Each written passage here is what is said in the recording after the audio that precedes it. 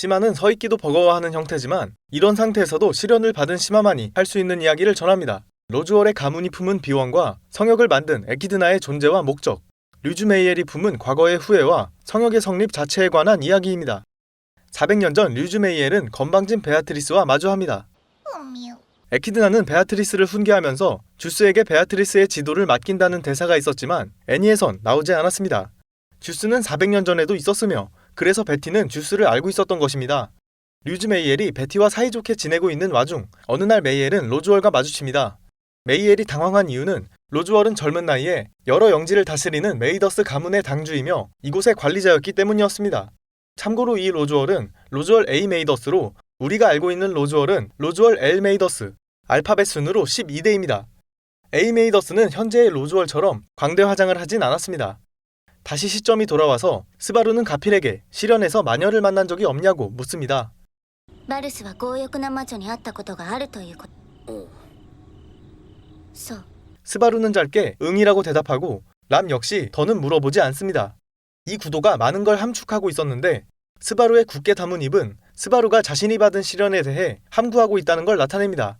하지만 그보다 더 중요한 건 람이 특별히 탐욕의 마녀에 대해 신경을 쓰고 있다는 것입니다.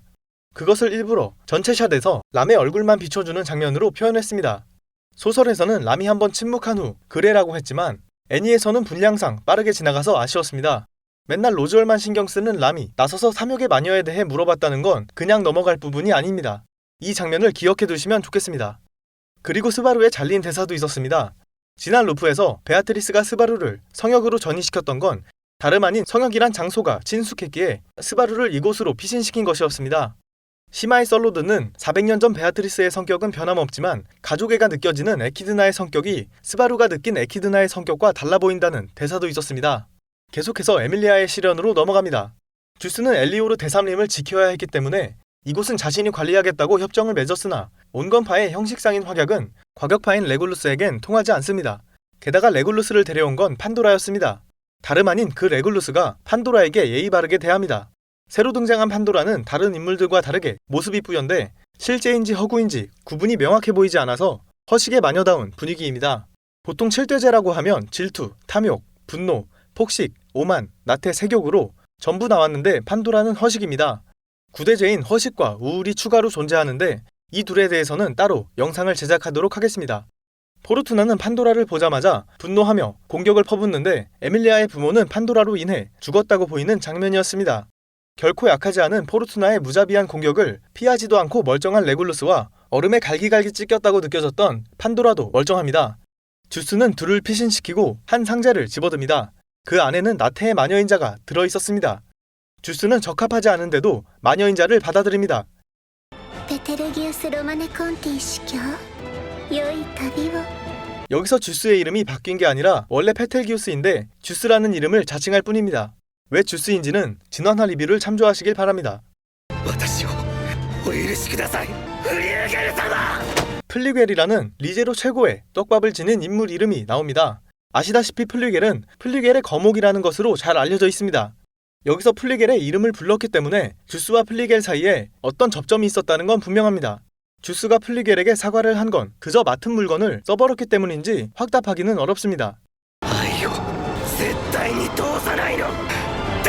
이번 화에서 주스가 우리가 아는 그 페텔기우스란 게 밝혀졌습니다. 페텔기우스는 사랑을 부르짖으며 말끝마다 데스를 붙였습니다. 극단적 상황에서의 대사가 트라우마로 남아 말버릇이 굳어지는 건 다른 작품에서도 종종 등장하곤 합니다. 페텔기우스의 데스도 이 과거에서 비롯된 것으로 보이며 페텔기우스가 말하는 사랑은 사테라와 관련이 있기 때문에 아직까지 수수께끼지만 여기서는 모녀에 대한 사랑이 있었습니다. 에밀리아는 여기 남고 싶었지만 시련을 빨리 깨야 한다는 것을 깨닫습니다. 시련을 위해선 이별 장면이 필수였습니다. 封印が奴らの手に渡れば今度こそ世界が滅ぶわよ. 이번에야말로 멸망한다. 딱 한 번 멸망할 뻔한 적이 있었습니다. 그건 과거 질투의 마녀가 세상의 반을 집어삼켰을 때를 말합니다. 그걸 뛰어넘는 재앙이 봉인에 담겨있고 판도라는 그걸 이용하려고 하고 있다는 겁니다. 母様とエミリアはいつまでも一緒。約束するわ。この世の誰よりもすごーく大好き。이 세상에서 처음으로 약속을 가르쳐준 사람이 약속이라고 말했기 때문에 에밀리아는 포르투나의 곁을 떠납니다. 違うよエミリア、誰も君を嫌ってなんかいない。世界はみんな君を祝福するためにあるんだ。 우리가 보고 있는 이 장면은 에밀리아도 보고 있는 장면입니다. 이 말은 어린 에밀리아를 복돋아주는 말이지만 과거 기억을 잃어버리고 깨어난 이래 모멸을 받으며 살았던 현재의 에밀리아가 꼭 들어야 하는 가장 중요한 말이기도 합니다. 에밀리아를 업고 뛰는 아치의 발목을 잡는 건 흑사였습니다. 원작에 따르면 흑사는 누구의 의사에도 따르지 않는 재앙입니다. 하지만 판도라는 습격에 맞춰 흑사를 나타나게 했습니다. 3대 마수 중 하나인 흑사는 백경, 대토와 다르게 오로지 인간을 죽이기 위한 마수입니다. 흑사의 독엔 병마가 가득해서 아치는 빠른 결단으로 다리를 떼어냅니다. 하지만 독이 계속되어 나아갈 수 없게 된 아치는 에밀리아를 떠나보내며 죽게 됩니다. 誰の許しがあって僕の邪魔をするんだよ。 레굴루스는 포르투나의 공격을 받고 원작에서는 포르투나를 79번째 아내로 들여줘도 좋았는데 왜 공격을 하냐고 말합니다. 이 대사는 레굴루스의 권능에 대한 복선이었지만 2기에서 다뤄질 내용은 아니라 스킵된 것으로 보입니다.